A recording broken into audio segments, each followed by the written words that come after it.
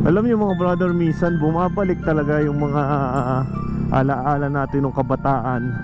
Kaya salamat sa mga nagpapa-remind sa atin, nagpapaalala sa atin yung mga ginagawa natin ng kabataan na nakakatuwang panoorin. Yung mga nagbablog ng mga batang 90s na minsan talagang namimiss mo yung mga ganong gawain. Lalo na kung galing ka ng school na hindi pa uso ang cellphone.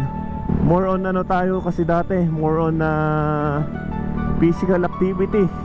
Pagkakauwi natin, maglalaro tayo ng mga prisoner. Yun yung mga sikat nating laro nung kabataan tayo, prisoner.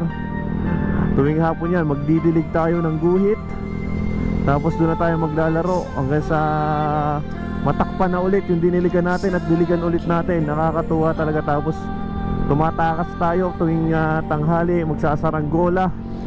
Imbis na matulog tayo, magsasaranggola tayo sa labas. Ilan lamang yan mga brother sa ating mga ginagawa nung tayo'y kabataan. Hindi kagaya ngayon. Yung iba na yung mga pinagkakaabalahan ng kabataan simula nang nauso ang cellphone.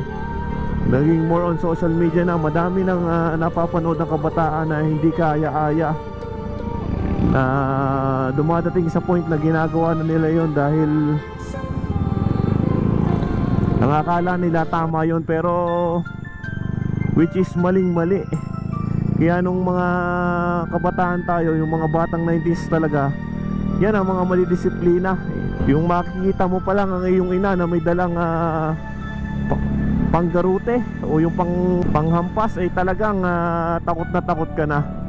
Yung dumadating ka pa lang ay umiiyak ka na. Talaga nakakamiss yung mga ganong eksena na pagka matindi-tindi talaga ang iyong magulang ay gagarutiin ka pa ng sinturon na hinihimas-himas pa yung sinturon na mga brother. Nakakamiss talaga yung mga ganong kabataan tayo na which is hindi na maibabalik kahit kailan. At talagang iti-treasure natin yan hanggang sa tumanda tayo sa mundong ito at may kwento natin sa ating mga magiging apo.